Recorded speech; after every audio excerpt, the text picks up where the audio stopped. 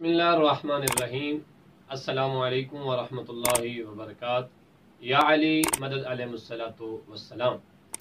बस एक सवाल पूछना था ताकि मेरी मालूमात में इजाफ़ा हो जाए, और वो सवाल है उन भाइयों से जो ये कहते हैं कि इमाम हुसैन अलैहिस्सलातु वस्सलाम को कूफे के शियों ने कत्ल किया था। मेरा उनसे एक छोटा सा सवाल, अगर इमाम हुसैन अलैहिस्सलातु वस्सलाम को कूफे के शियों ने कत्ल किया था तो इमाम अलैहिस्सलाम तो मदीने से आ रहे थे, तो फिर मदीने के लोग कहाँ थे?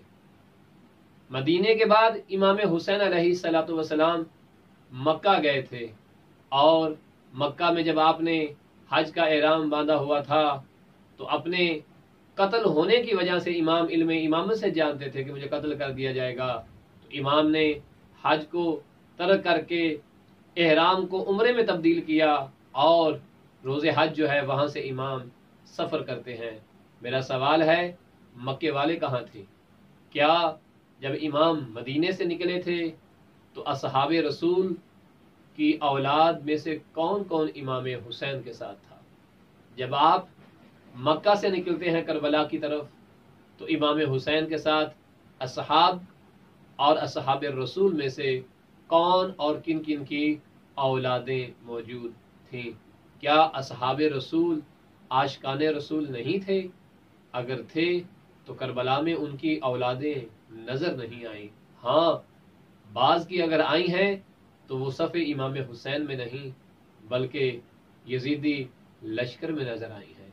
क्या इमाम हुसैन अलैहिस्सलाम माज़ल्ला हक पर नहीं थे? क्या इमाम हुसैन फ़र्जंद रसूल खुदा सल्लल्लाहु अलैहि वसल्लम नहीं थे? फ़र्जंद इमाम अली मुर्तज़ा अलैहिस्सलाम नहीं थे? फ़र्जंद जनाब फ़ातिमा बिनत मोहम्मद सल्लल्लाहु अलैहि वसल्लम नहीं थे? अगर थे तो बताइए ज़रूर कि अगर कूफे वाले शियों ने इमाम हुसैन को कत्ल किया है तो मक्का और मदीना के लोग कहाँ थे? असहाबे पैगंबर जो मौजूद थे या जिनकी औलादें मौजूद थी वो कहाँ थे? जवाब मिले तो प्लीज़ कमेंट ज़रूर कीजिएगा। वसल्लल्लाहु अला मुहम्मद व आले मुहम्मद।